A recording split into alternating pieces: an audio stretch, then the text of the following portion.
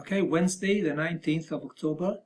This is the second part of today's video, and it relates to equities. We'll start with DAX. It was a little bit of a messy start. As you can see, the market tanked down, and we have the first signal here. However, as you can see, the entry would have been probably at 6 or 5. It was way too close to a big round number, and also very close to the daily pivot. So there's no trade here. It would have been okay, but there was no trade. So I just want to wait, because I want to see what the bulls in this case are going to do once they reach the bears have reached big round number and pivot. Not much. There is then this doji, basically, which is telling quite a lot, because it tells us that the bulls have tried to bounce back, and they should at least try to get to the moving averages of this level here. But they were repelled immediately. So I was quite happy to take a short here.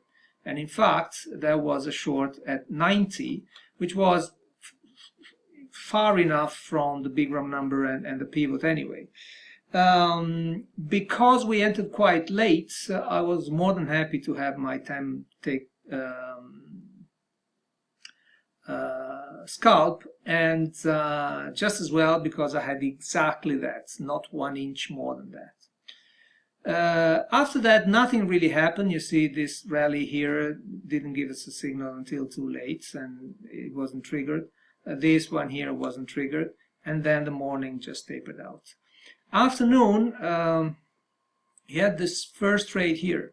Now, this obviously wasn't possible because, this wasn't possible. This was the signal, because it happened at exactly 1:30. So this is news.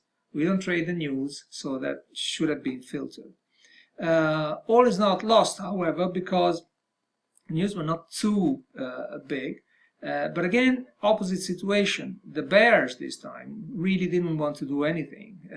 They didn't want to go back, and they've given up quite quickly. So there was a quick possibility to enter this level here at 30 and have another scalp.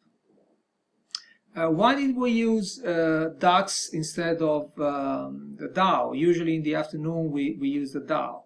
Well, we'll see it in a second. The DAX then had this attempt to go up.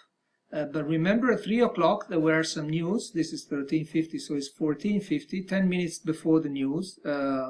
You don't trade, and in fact, this filtering was particularly good. Yeah, it would have been okay if you actually put the stop down here, but you don't trade with the news, period. You could have actually entered here. That's why I just put up this rectangle here. This was actually a very advanced but pretty good trade, and this is one of the examples that I use for an advanced re-entry. The market went down. There were 1, 2, almost 3, 4 dojis that happened at one or the other moving average. So the trend is up. The retracement stopped at moving averages, and you have a buy signal, and you would have entered basically over the top of this little range here. Let's say not too big, 44, 45 max, and the high here is 53. So although you don't have 10 points, it might well be that this will violate this high here. The most important thing on this is that you need to have at least enough points, like 7 or 8, that will give you that the possibility of actually getting out at break even if the market doesn't reach this high here, and that would be a sign that the bulls are out of steam, and the bears are actually getting it. So I actually entered here. Well, I didn't, but I would have entered here if I was here, because that was a classic advanced re-entry on a bounce. This was to be filtered because it was the first time that you actually could make a trade on YM, so that was correlated to YM, and YM had the precedence. Okay, last but not least, the mini DAO. This is interesting because I would like to show you how so many times you have to use your patience and your discipline, and sometimes you just filter all of the trade or almost all of the trades.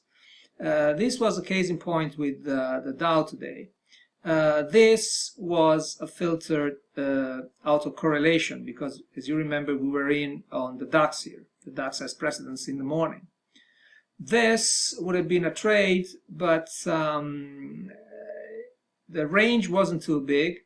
You would have entered at about 63, 64, and you have the daily pivot here at 70, 69, and it wouldn't have been a good trade.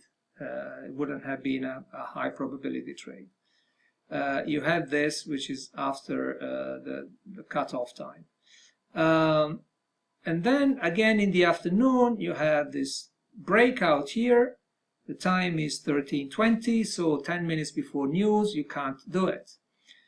This one here, you could have entered here after the news, 12:40, but you remember we selected the DAX, and the reason for that is that you would have entered at exactly the big round number, 18,100 on the YM. So correlation is also good to give you the choice, and in this particular case, even if it was afternoon, the choice of the DAX was much better. And then why do you filter here? Well, this is the New York Open, 2:30. A New York Open, you don't trade, and then nothing really happened. This spike here, well, it didn't even give you signal, so you didn't have any signal here. And again here you have another filter because you would have entered at a place which is very, very close to R1. And so once again you had 1, 2, 3, 4, 5, 6 trades that you had to filter.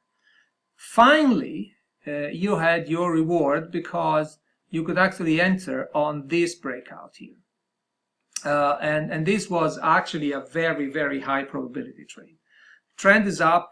The bears didn't do much even after this this drop here. The markets basically bounced back to the level before, and then they made a move to R1.